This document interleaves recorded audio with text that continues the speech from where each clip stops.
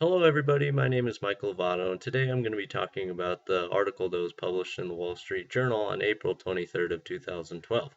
Now, the premise of the article was the U.S. Airways wanted a merger with American Airlines, and though American Airlines really didn't want the merger, but American Airlines was going bankrupt, and when they filed for bankruptcy, the courts granted them a restructuring deal in which American Airlines had the ability and the privilege to reorganize their company in the way that they saw fit that would increase their overall profits, revenues, and all that to get them back on their feet. Now, U.S. Airways proposed to American Airlines a merger, but American Airlines wasn't very interested. Despite that, U.S. Airways talked to the various unions that were affiliated with American Airlines, such as the Flight Attendants Union and the Pilots Union and the Service Workers Union. U.S. Airways promised to these unions better wages, overall potential for better growth of their wages, and no furloughs and less layoffs. Now, this was a very fairly convincing deal, although at the same time American Airlines still declined because they didn't want to. Now, despite this, U.S. Airways saw this as an opportunity to increase their overall revenue that they could make, even though American Airlines was a not very profitable company at that time. They still wanted to merge with them because they saw the potential that they could gain. Now, the overall principle of this article is a merger, a horizontal merger to be in fact. Now, a horizontal merger is when two companies who offer similar services, such as flying their customers all around the world, domestic and foreign, such as both U.S. Airways and American Airlines offers.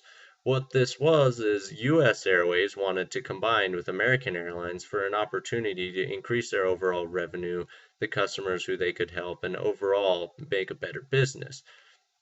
This type of merger is common when either companies are doing poorly and they need to find a way to reorganize, or one company is doing well while the other is not, in an attempt to boost their profits for both companies.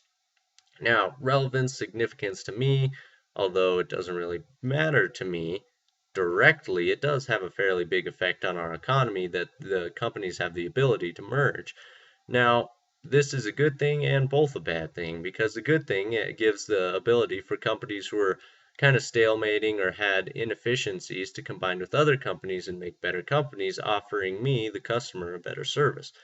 On the downside, it also creates some problems. For example, when two companies join together, oftentimes there's redundancies and people either get laid off or there's arguments. For example, in the Wall Street Journal article, when U.S. Airways combined with another airline, the pilots of both those airlines were arguing and fighting over seniority lists because in the airline business, the pilots who are the most senior have better privileges, better flights, better job schedules, and all that. But when the two companies merged, the pilots could not find an agreement on who should be the most senior pilots, so on and so forth.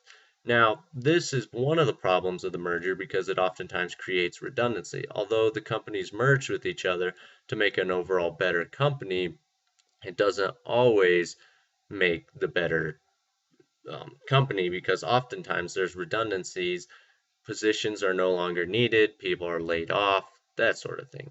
Now, although this does have a bad side, in my opinion, overall it's a good thing because it allows more freedom on the enterprise side of it. We do have a free enterprise here in America. So, in my opinion, mergers are a good thing because without them, companies would be limited to very slim potential and abilities to restructure their company in their best interests. So, honestly, directly to me, it doesn't have a whole lot of significance, but like I said earlier, as a customer, it affects me a lot because when companies are competing for my money trying to make themselves better, you get a much better service that's provided to the customer when they're merging, when they're changing, when they're restructuring to make themselves an overall better business.